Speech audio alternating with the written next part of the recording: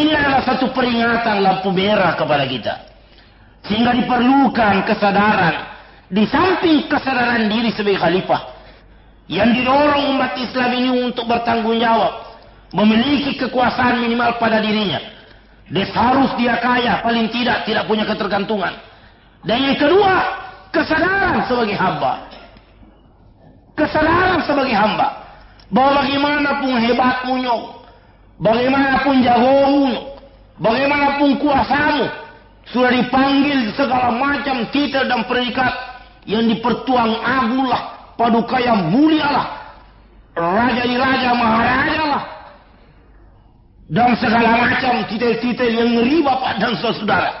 Ada sampai raja titelnya 4 baris, namanya cuma 1 potong. Namanya mbek tarigu tapi titelnya luar biasa bapak dan saudara-saudara. Namanya mbek tuo tapi gelarnya na'udzubillahi min zalik, mengherankan.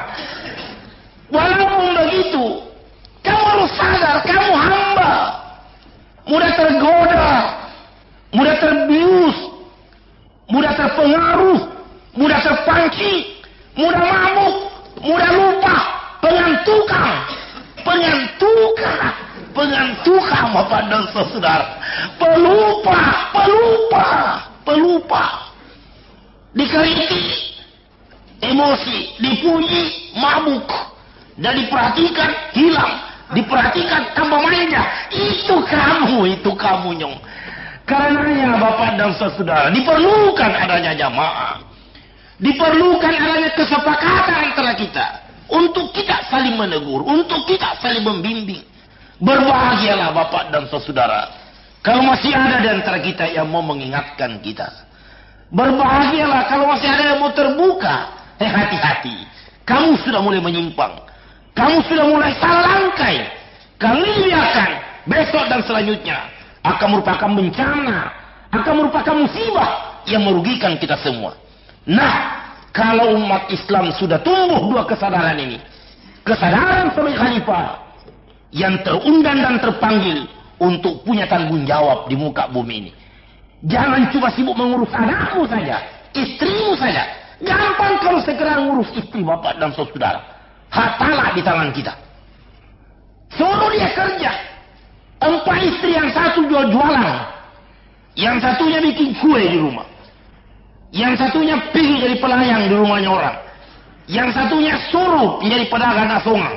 Suaminya tidur di rumah menunggu istrinya, ngarut bapak dan saudara.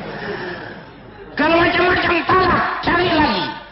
Wanita sekarang kelebihan di dunia ini. Kalau sekedar itu alangkah enaknya hidup laki-laki ini.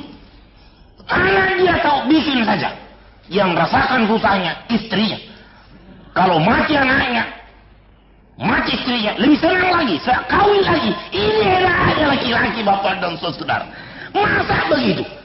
Itulah sebabnya maka beban kita, tanggung jawab kita, bukan cuma istri kita, bukan cuma anak kita.